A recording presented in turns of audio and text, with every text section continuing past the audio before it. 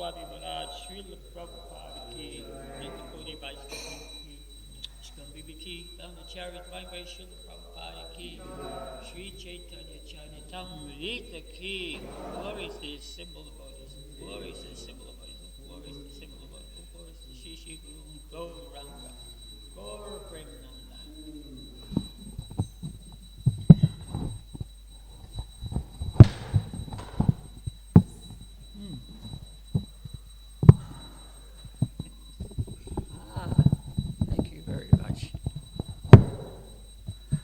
Jaya Jaya Sri Caitanya Jaya Nityananda.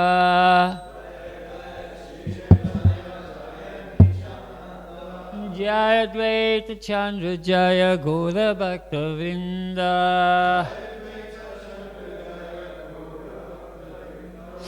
Jaya Jaya Sri Caitanya Jaya Nityananda. Jaya Dvaita Chandra Jaya Gaura Bhakta Vrinda. So today we are reading the Sri Caitanya Caritamrita Adi Leela chapter 17, starting with text 273. So I am here because Daksha rang me when we're eating some beautiful prasadam at Govinda's restaurant after Harinam at 8 o'clock at night, and he said that Adhikesh Prabhu, he's indisposed and can't make it. So I'll say a few words with the blessings of all the Vaishnavas. Excuse me for my offences, but I've got a few things to say, but I'm very honoured to talk about the Caitanya Caritamrita, because as soon as you get asked to give class, immediately your brain goes into a sort of research mode. What do I know? What can I remember about the philosophy? So it brings it all out. So I appreciate this opportunity very much. So, text 273, is that correct? Yeah. Sanghe Nityananda Chandra Shekhara Charya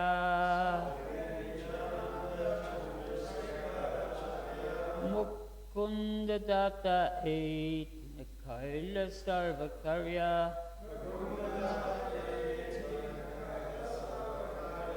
Sangha Nityananda Chandra Shekhara Charya Mukunda Data Eight Nakaila Sarvakarya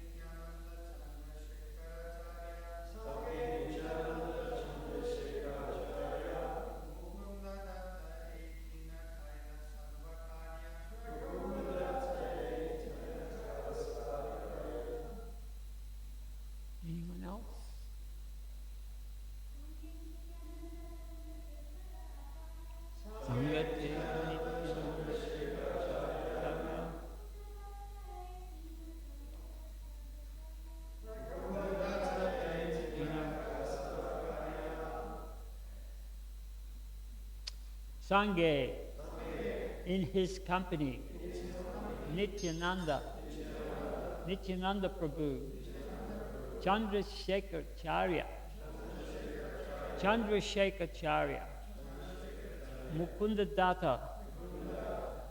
Datta, Tina, these three, Kaila, perform, Shova, all Korea, necessary activities.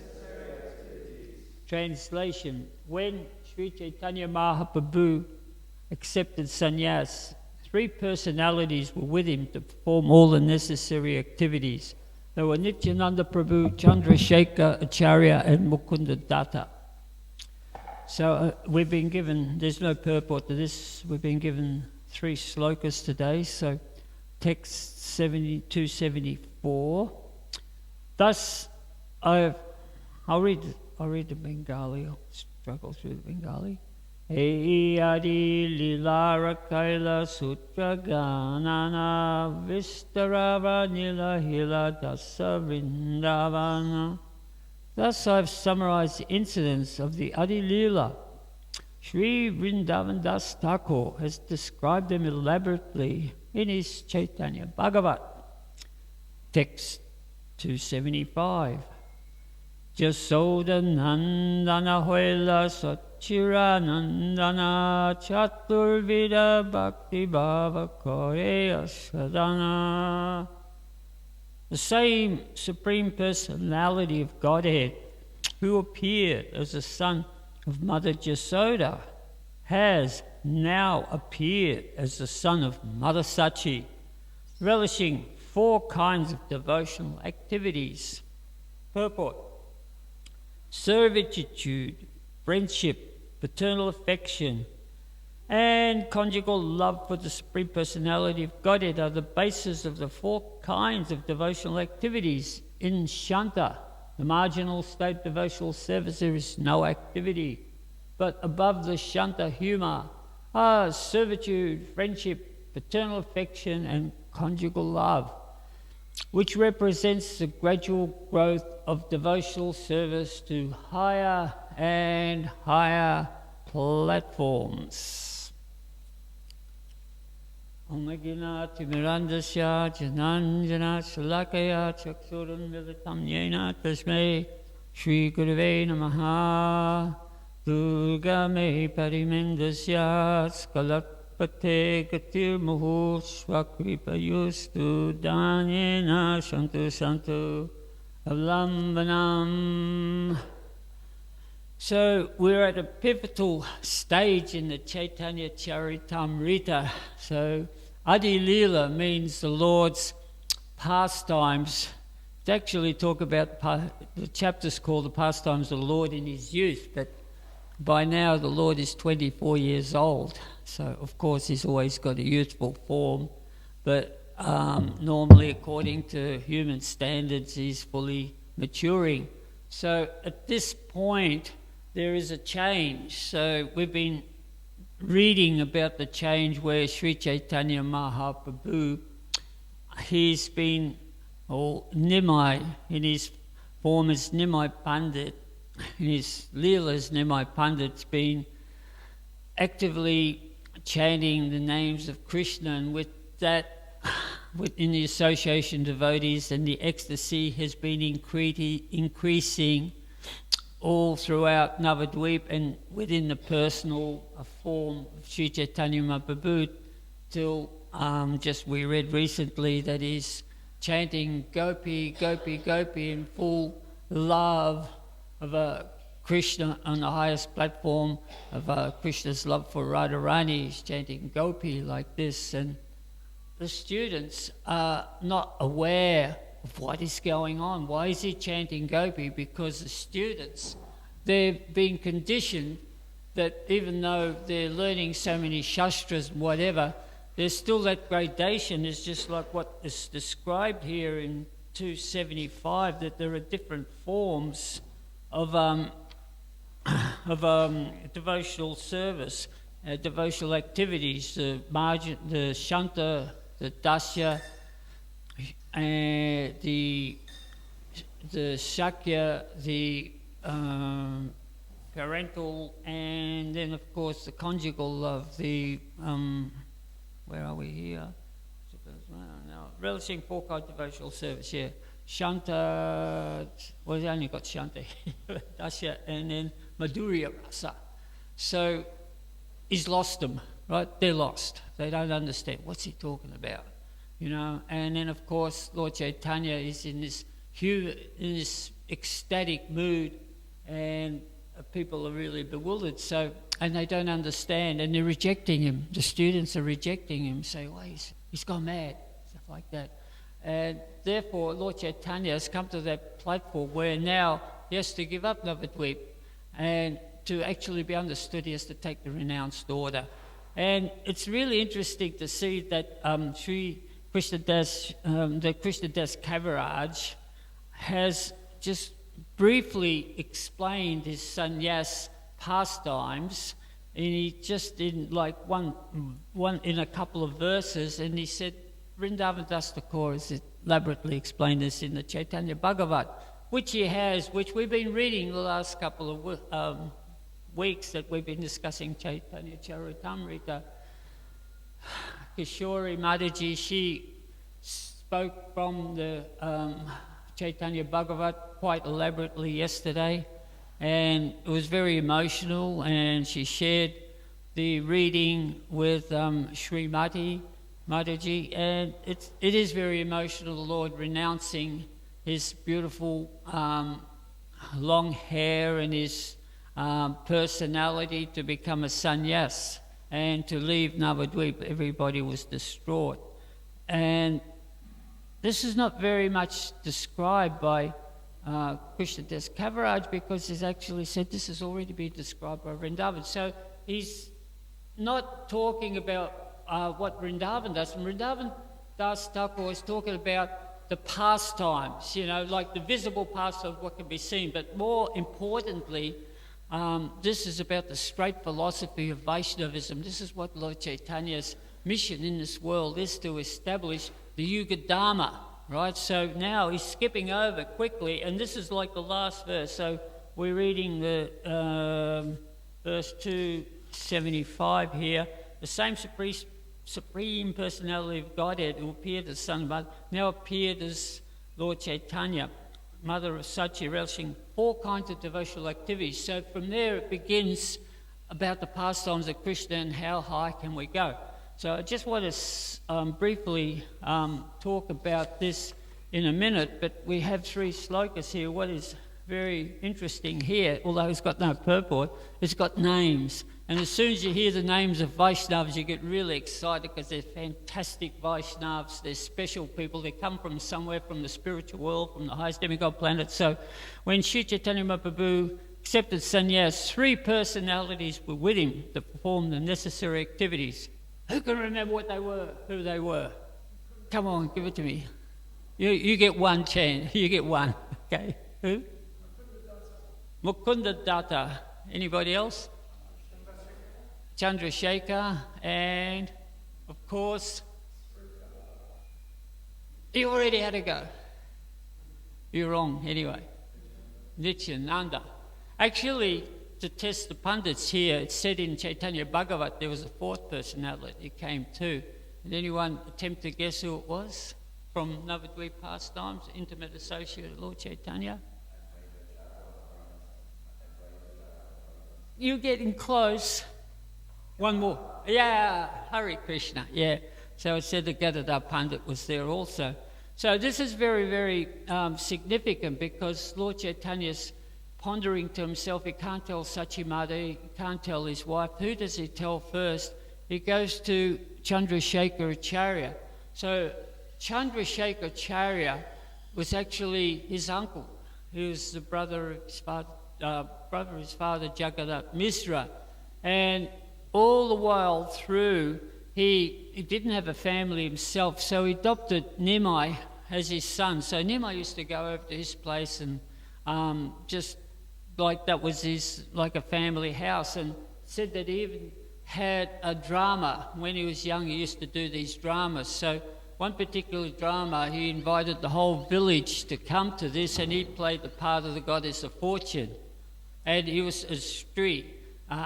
So he was so good at it that even Mother Jasoda, his mother, couldn't recognise him, that he played that part, right? So Chandrasekhar was his maternal uncle, and he was confidant. He was a really beautiful devotee, and he only lived a couple of blocks away from where Nimai's house was. So he was asked to go there. I've got a bit of a side story here, which I thought I'd tell you about another Chandrasekhar Acharya. So I've always been fond of this name. It's almost like a Leela. It says that the Bhagavatam and Caitanya Caritamrita are still going and it's still being written down. So I feel that this was like an epic time that I was in Sydney at one point in time. In the last century, we were at Mukunda's restaurant, and this 10-year-old boy came with his family, and the family was sort of like in and out of devotional service, and they were living close by when I was running Mukunda's drop-in centre. And this boy, he was very, very devotionally inclined, and his name was Chandrasekhar. And at the age of 10, he decided to renounce his family, and he said, I want to go to Vrindavan Gurukul. So his family had no money, so I remember going out selling those Indian kaftans, you know, those 3 see-through Indian kaftans. I'd be selling them on the steps of the post office. And I got enough money for our fare, so I took him over to India. And I know that the Vrindavan Gurukul came to Mayapur for the festival, and they met Chandrasekhar, 10-year-old boy, and said, oh yeah, we'll take him on board.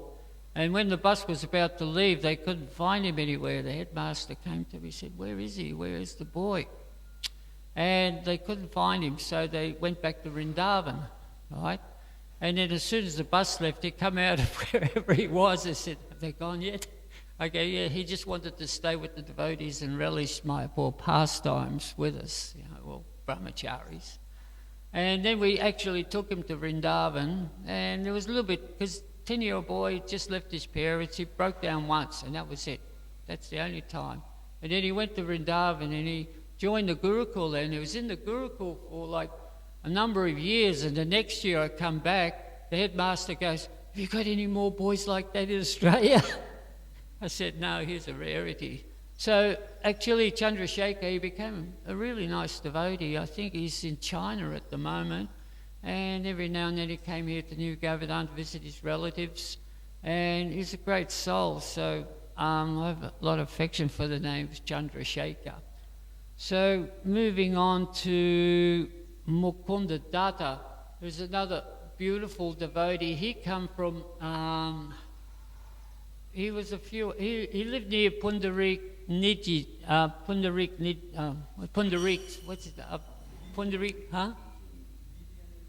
Pundarik Vidyanidhi. Yeah, he lived near him, and then he moved over to Navadvip when Nimai was there. And then when Nimai began to chant the names of practically of Lord Caitanya, then we began to chant and dance. Mukunda was one of the best singers, and Lord Caitanya really relished Mukunda's singing so much that he actually led when they had that 7-day, when he went into a trance and showed his form to all the devotees. Mukunda initiated with the chanting there.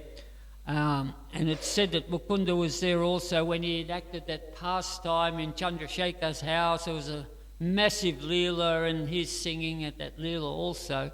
But Mukunda had one fault. We just discussed this a couple of months ago, I think, in the Caritamrita, that he'd like to go to other places as well.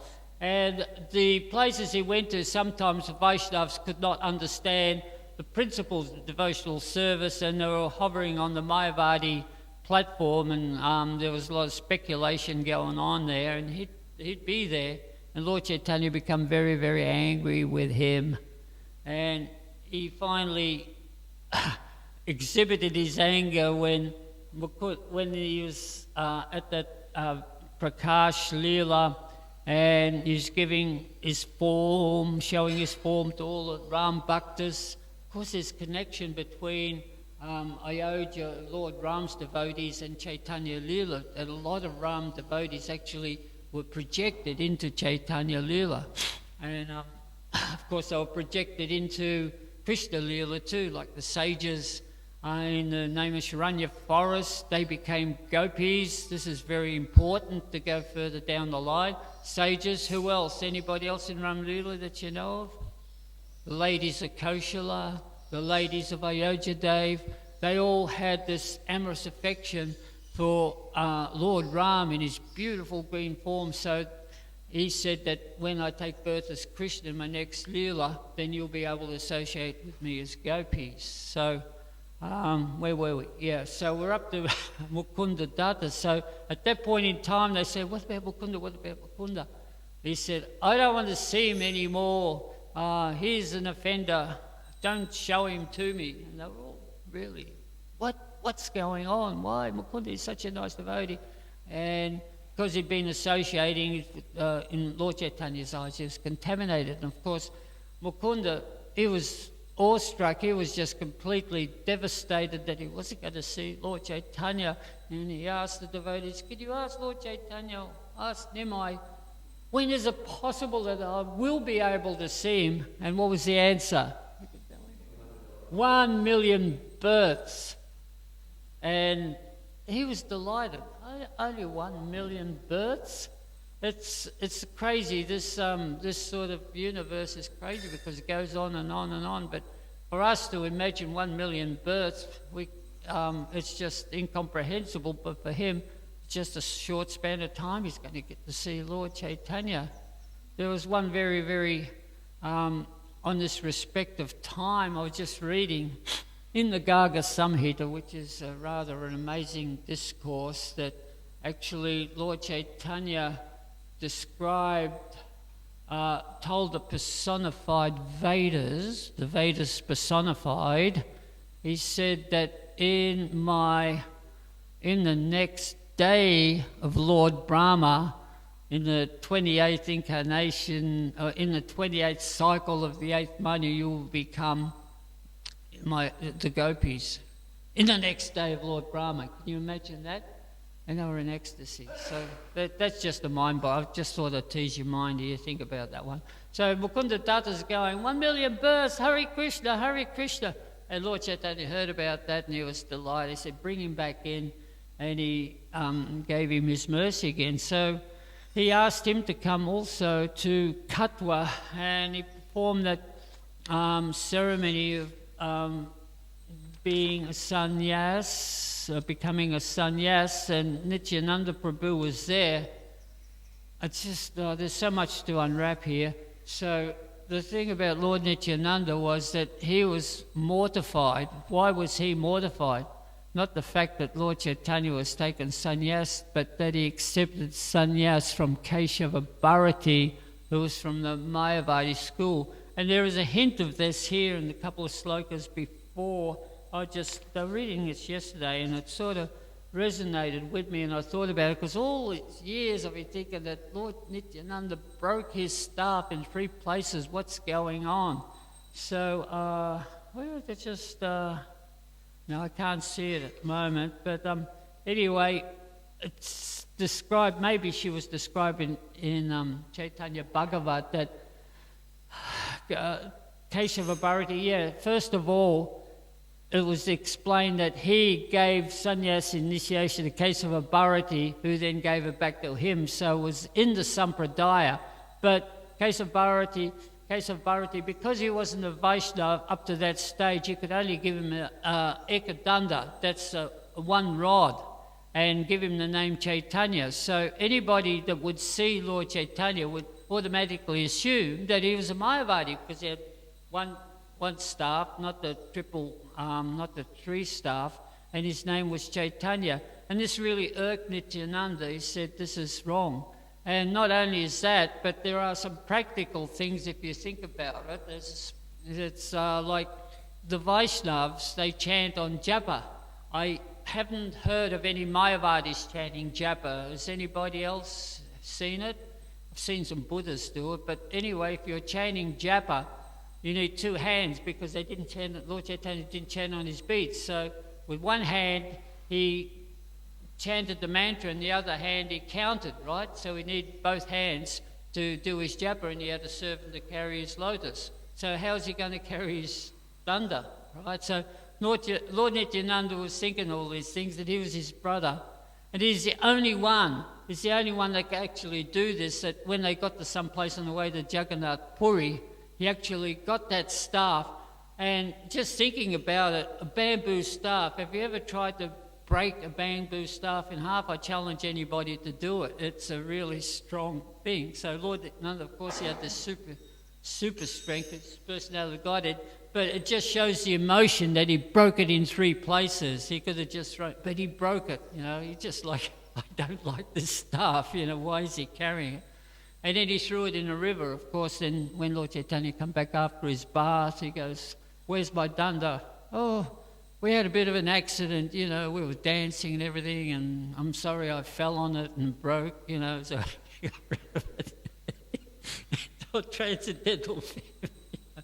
So he did that to actually, out of respect for Lord Chaitanya. So that was very interesting. So these 3 personnel was there. Of course, Gadadhar went as well.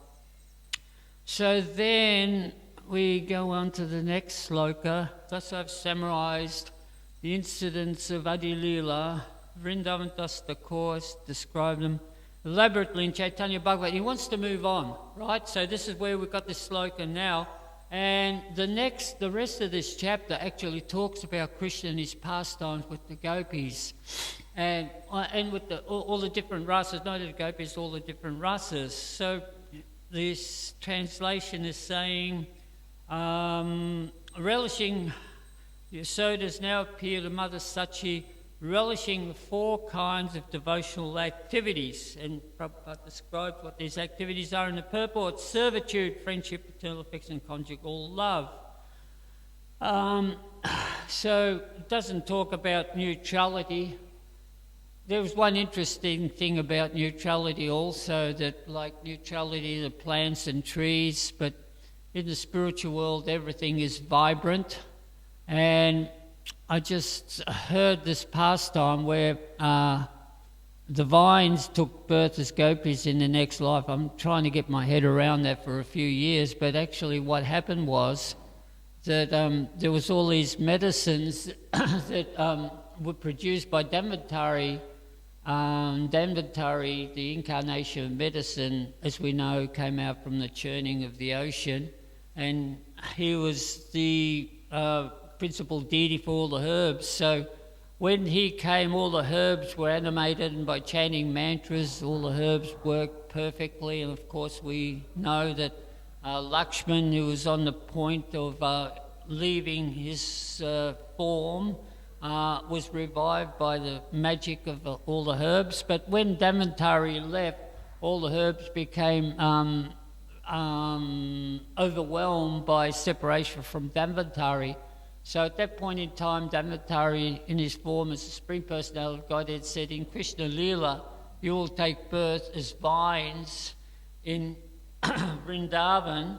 And then when Lord Caitanya, when Krishna comes to Vrindavan, these vines will take the form of gopis, and they will engage in the rasa dance too. So there was, so when you read that, this is the backstory on that. So the vines were also gopis that took part in the rasa dance.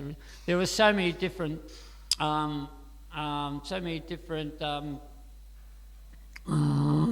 entities that took form as gopis in Vrindavan. We'll talk about that in a minute. So, anyway, so we have Shanta Ras. So, this is a ras where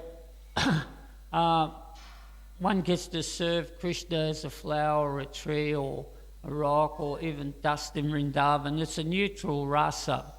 So, the next stage, as we hear, is servitude. So, servitude is service to the Lord. So, in the Bhagavad Gita, it describes here in the 3rd chapter, text 10, Sahajagya Prajashtristva Purovacha Prajapati Anena Prasivasya Dam Isavo Istakama Du. That in the beginning, the Lord of all creatures created men and demigods, and along with that, he created Jagya, so his sacrifice. And by the performance of this Jagya, the performance of this Jagya will bestow upon all the living entities all the desirable things that they need for. I'm going to read the slogan. All the desirable things needed in their life in this planet.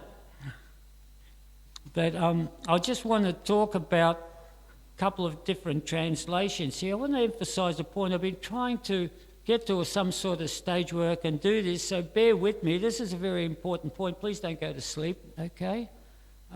Just sort of, slap yourself a bit and tell me what you think. It's a bit controversial here. So I have got the old Bhagavad Gita here, right? The old one, right? So here it says, in the beginning, like I said, now the last line is, be thou happy by this Jagya, because its performance will bestow upon you all desirable things. Okay, so think about it. I mean, that's also in Christianity too, isn't it? That like I used to go to church, and we used to go to a special program on Saturday night called the Novena. Anybody heard of that? So then you write all your desires on a piece of paper, you put them in a box, and we're all sitting there, and the priest pulls out a piece of paper and he reads your desires in front of the tabernacle, right? And, please give me a good wife, please help my mortgage please help me pay my mortgage, things along that line, all desires that we have, right? So let's read this again. Be thou happy by this jug of sacrifice, because its performance will bestow upon you all desirable things. Any difference? So this is the old Bhagavad Gita, right? So in the purport, Srila Prabhupada is saying, pretty small writing here, cute Bhagavad Gita, small writing.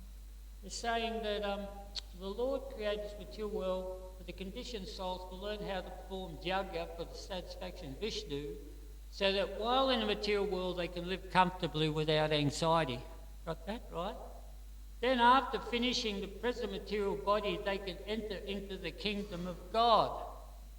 Very important, isn't it?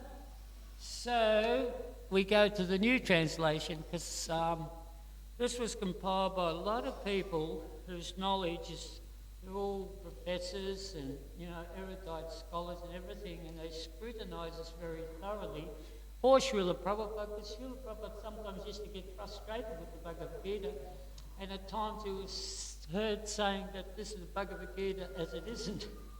So anyway, here, same sloka in the beginning, the Lord of creatures sent forth generation of any God, long with sacrifice to Vishnu, and blessed by saying, be thou happy by this sacrifice, because its performance will bestow you upon everything desirable for living happily and achieving liberation. Right? You got it? So what they've done in the new Bhagavad Gita is that they've included a line from Prabhupada's purport about achieving liberation as a part of this yajna. Very, very important. So the point I'm making here now is that there are a lot of people going around with the catchphrase, because they heard from someone else, it's not the same, they all changed it, it's all different now, let's go back to the old one, let's go back to the old one. And it just becomes a sort of catch cry of the masses, they changed the Bhagavad Gita. But actually, if you're saying that, really you should look at both sides, hear what the other people are saying, why they made changes, and then you make that opinion. So I'm just asking you to be introspective, okay? And then you can make up your own opinion. So that's a little sort of quote, side quote. I'll go back. So then we're talking about, this type of worship to the Lord. So it's out of awe and reverence. So we can understand that the people come, they the Hindu culture, Vedic culture, they pay respect to the Lord as the Supreme Person of Godhead. And this is the point that Caitanya, Nimai Pandit, Lord Caitanya, when he was in Navadvip, that's what it was. It was all in reverence. But Vasusrestha goes further than that. So to actually understand this a little bit further, we go into the conversations between Ramananda Roy and Lord Caitanya, which we're going to discuss in a couple of months. So when Ramananda Roy, when he met Lord Caitanya, they were both in ecstasy, because Ramananda Roy was who in his last life? Arjuna. Not only that, but he was also Lalita Gopi, right? Very important. So anyway, very important personality. So Lord Caitanya, when seeking him out, and when he saw him, he was all excited, but he just sat there, and it's described that Ramananda Roy, he was a governor, so he had a palanquin, he went down to take a bath in the river, and then when he was bathing, he looked up and saw this effulgent sannyasi, and beautiful, tall, described as bright as 1,000 moons or 1,000,000 moons. And he came up and paid his obeisance, and Lord Caitanya was so excited to see him, because there was a reunification of Krishna and Arjuna, and they embraced, and they said, let's meet later on. And so when they had the meeting, Lord Caitanya asked him, and this was narrated in the Caitanya Caritamrita, because Varup Damodar was there, obviously, and he gave this information. So Lord Caitanya said, what is the highest truth? So then Ramananda Roy began to explain what the highest truth was. It's to serve in the Varna Ashram Dham with, attitude of service to the Lord. And it's just like everything desirable will be attained and you'll reach your goal. And Lord Caitanya said, no, give me more. And then he said to serve with unalloyed devotion. And it went through till we got to the point that we do perform our duty without attachment. And Lord Caitanya said, that's very nice, give me more, right? So he's going off the second platform route. We're talking about awe and reverence. It's still awe and reverence. Vana Ashram Dham, chanting all the mantras, becoming purified, developing that unalloyed affection for the Supreme Personality of Godhead, but in that condition of awe and reverence, right? So Lord Caitanya is giving more. And then he goes more, he goes deeper. And then he goes into friendship, just like the cowherd boys were with Lord Krishna, that element of friendship. And that friendship was that they're out in the forest and they're wrestling with Krishna, they're putting food in Krishna's mouth. Taste this, Krishna tastes it, give it back to them. All these, breaking all the etiquette principles of the Vedas. What is going on? And Lord Brahma just happened to fly past and see it. He was totally bewildered. What is going on? You know, why are these boys putting food in the mouth of the Supreme Personality of Godhead? Why are they just wrestling with him, got him in a headlock or whatever, you know? He could not understand.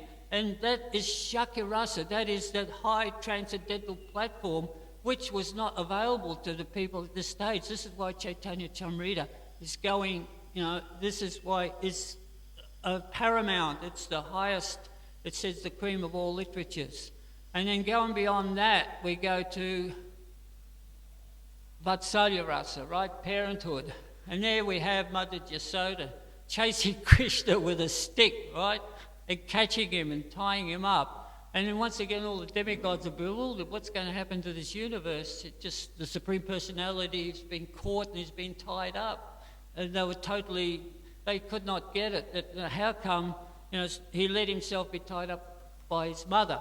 And of course, we know that he was bound by the love and affection of his mum. He couldn't do anything else. He tried to escape, and he couldn't do it, right? Because bhakti, that love and affection, is paramount. So that's the higher rasa, Vatsalya rasa, right? And then Lord Caitanya said, that is very, very nice, but give me more, right? So Ramananda is the one that's qualified. And of course, it's a beautiful, read this. This is so fantastic because he's quoting relevant slokas to go with it. It's just really beautiful chapter there. And so give me more. So then he says, well, the conjugal loving affection of the gopis is the highest when the gopis are able to put their arms around Krishna and embrace him or be embraced by Krishna. That is like the highest rasa. And to understand that rasa, you can that the goddess of fortune herself would love that herself, but she can't get it. The highest celestial demigods, the damsels of the heavenly planets, are far more pious and more beautiful than what we see here on this earth planet. Even the ladies of this planet here, the beautiful ladies, they all desire that to be, but they can't get that highest sort of, they can't get to that level where they can be embraced by Supreme Personality of Godhead. So how does that happen? How do you get there? That's conjugal love, and that's by the purest devotees there who attain that through the process of active love and devotion. Of course, then it goes on further. This is where it starts to sort of go further. Krishna Das Kaviraj then starts talking about Radharani as being the highest, the best devotee, and that rasa is the highest rasa that Radharani exhibits. So this is Caitanya Charitamrita, and this is what Lord Caitanya is seeking. But in his search for that highest love, he's also teaching us those higher principles of bhakti. So this is why we're all sitting here discussing these points here, because we're very, very fortunate to actually have this Caitanya Charitamrita, which has been translated to us by Srila Prabhupada, and it gives us so much depth and insight into a deeper understanding of our relationship with Krishna. I think that's all. I've actually run out after that. So go back to bed. Okay, thank you very much. Has anybody got any questions or comments? Come on, you guys, give it to me. What have we got?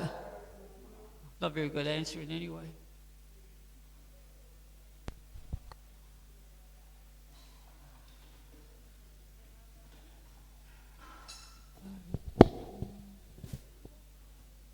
Manibanda.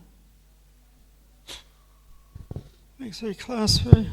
It's a bit of a side point, but you mentioned Chandrasekhar as a young boy, etc. And his mother, Satya, I was her carer for about 3 years before she left the body. And at one point she told me that even before she was a devotee, she prayed to God that if you have any saints you want to set down, I'd be happy to be their mother. Hare Krishna. And she ended up with Thank you for Chandrasekhar. telling us that. Thank you. So that was quite interesting. Yeah, I think that's one of the high points of my life, that actually I was able to take that boy and guide him up to the Gurukul. I feel if I've got any justification to sort of move on in my spiritual life, that probably is one of them. Thank you. Yeah. Prabhu had a question here. Thank you, Prabhu, for your class. You mentioned that Mukunda Dada, his one flaw was that he would go and listen to Mayavadis. How can I balance, or we balance, hearing other perspectives to, I guess, see an unbiased presentation of that philosophy in order to refute that, but at the same time sticking to the principle that Mahaprabhu, it seems like he was encouraging to avoid listening to those philosophies. So what can be a good middle ground? Yeah, it's normally we just try to give people our association rather than sort of take their association. I can think of the example of Srila Prabhupada. He got invited to speak in Delhi once, and he brought his disciples with him.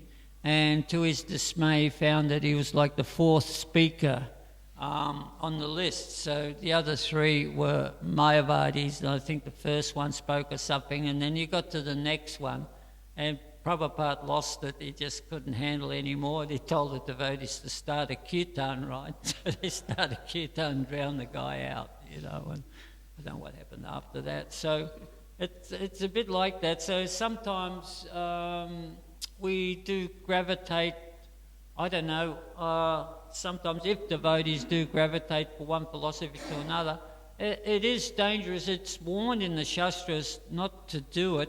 It said that if you hear the Sarirak Bhashya, but the fact is that not really many people that we know are sort of well versed in the Sarirak Bhashya or Mayavadi philosophy.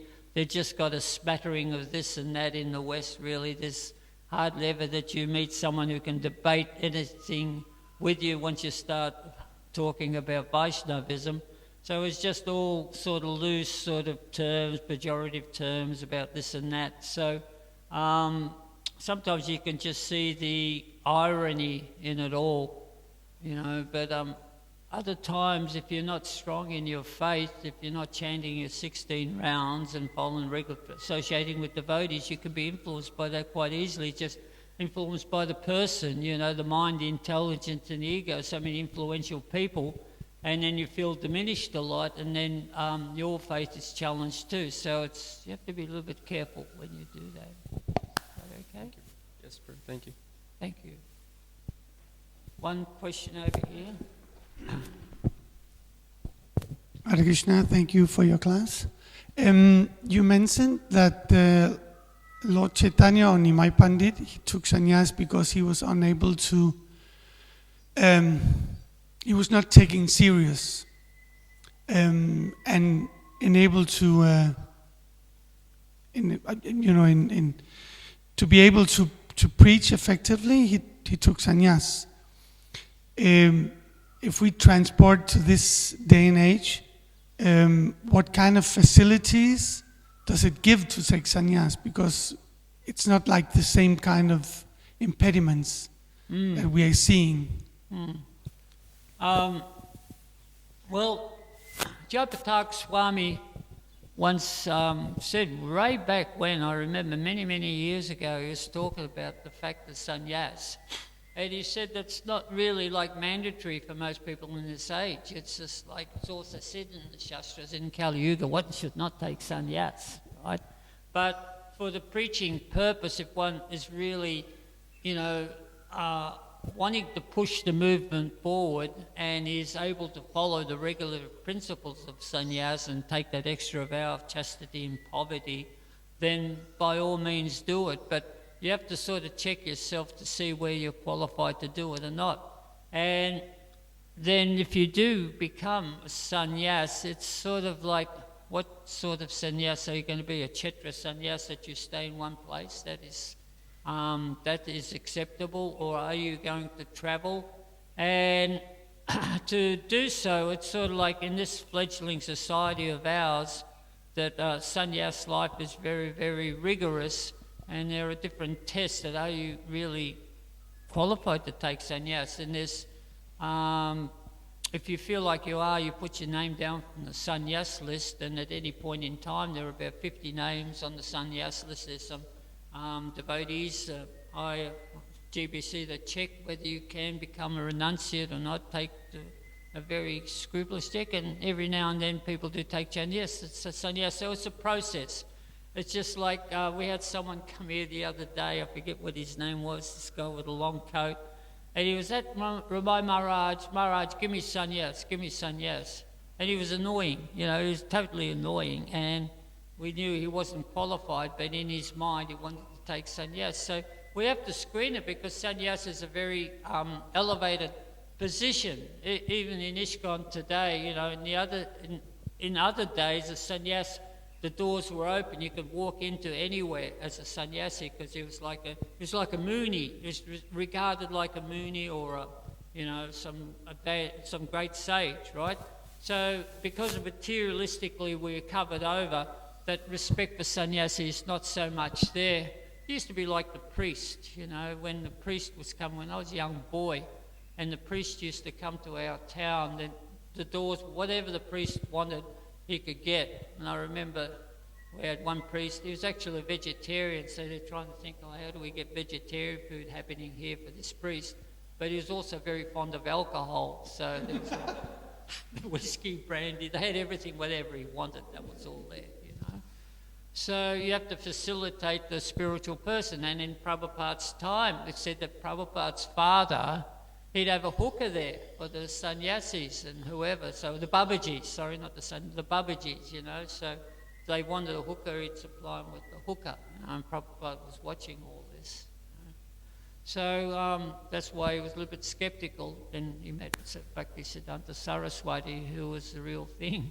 So in this day and age, a sannyas, it's still a very, very respected tradition, and it's like very detrimental for the sannyasi to fall away, because a lot of people's faith is shattered, as we have experienced in the past, that happens. So now there are more checks and balances there. So that process is still there, but it's a very, it's a process, are you serious or not, type of thing, and mostly Jopatak said that there's no need to take sannyas. You can just live in a vanapras situation. You can live with your wife, or you come slowly detached from your wife and take to varnashram principles, but varnashram is sufficient. At the fag end of life, this is his words, at the fag end of life, you can take your sannyas, Time is up. Thank you. Jai Hare Krishna.